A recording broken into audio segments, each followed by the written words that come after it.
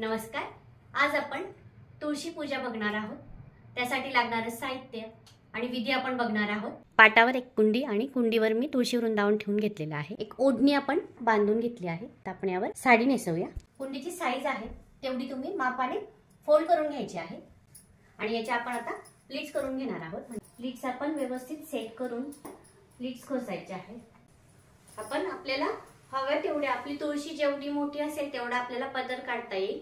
पदरचं माप घेऊन घ्यायचं आहे आणि मगच आपल्याला निर्या खोचायच्या आहे। पूजा करता यावी एक छोटंसं कोणती वाटी घेतली तरी चालेल। नारळ ठेवून घेणार आहे। ही नारळला नवरात्रात लक्ष्मीच्या पूजेला वापरतो। मुखवटा आपण ठेवून घेणार आहोत। तुळशी मातेला आपल्याला छान रूप देता येईल। नथ आणि कानातले घालून घेतलेले आहेत।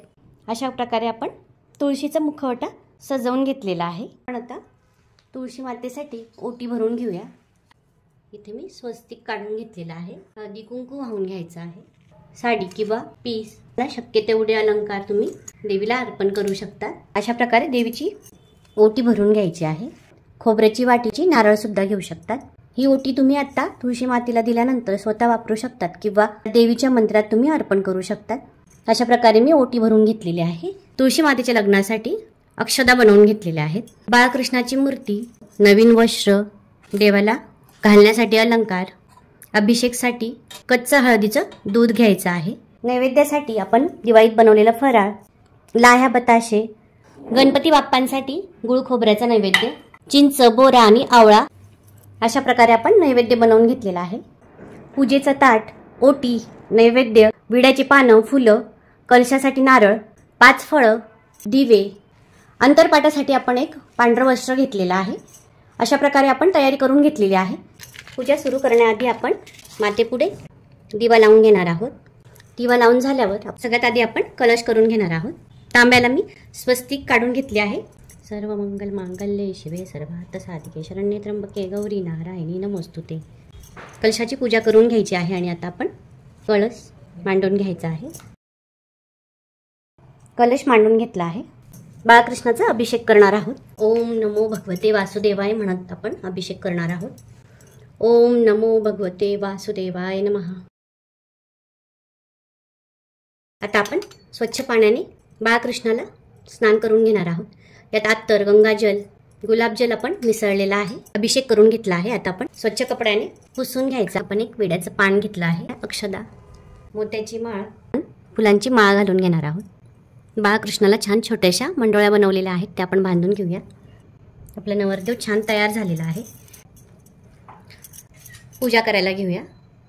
गणपती बाप्पांच्या स्थापनेसाठी विड्याच्या पानावर थोडेशा तांदूळ टाकून घेतलेले आहेत आणि आता गणपती बाप्पांची स्थापना करून घेतलेली आहे।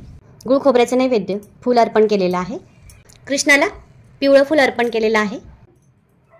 तुळशी मातेला आपण मंडोळ्या बांधून घेऊया।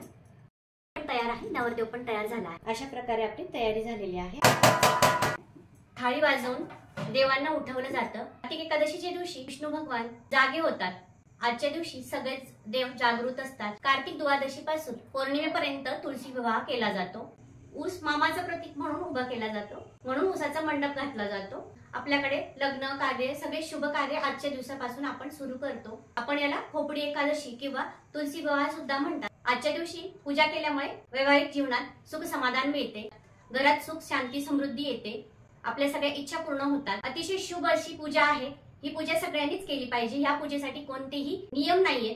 तुमच्या इच्छेनुसार, तुमच्या आवडीनुसार पूजा करू शकतात। आता आपण तुळशीची पूजा करून घेऊया। हळदी कुंकू लावून अक्षता टाकून पूजा करून आरती करून घेणार आहोत। आपण तुळशी पूर्व दिशेला ठेवली, पश्चिमेकडे तोंड आहे आणि कृष्णाची मूर्ती आपण पूर्वेकडे तोंड करून घेतलेली आहे। आता आपण अंतरपाठ धरायचा आहे आणि मंगलाष्टक येत असतील तर म्हणायचे, नाहीतर मोबाईल मध्ये मंगलाष्टक लावून लग्न लावून घ्यायचं आहे।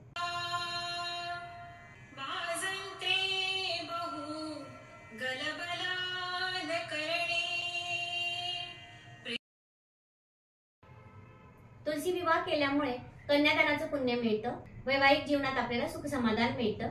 म्हणून तुळशी विवाह सगळ्यांनी आवर्जून करायचा आहे। याचे कोणतेही नियम नाहीये। तुमच्या आवडीनुसार, इच्छेनुसार आहे त्या तेवढ्या साहित्यात फक्त विधी करून घ्यायचा आहे। अशा प्रकारे आपला तुळशी विवाह संपन्न झालेला आहे।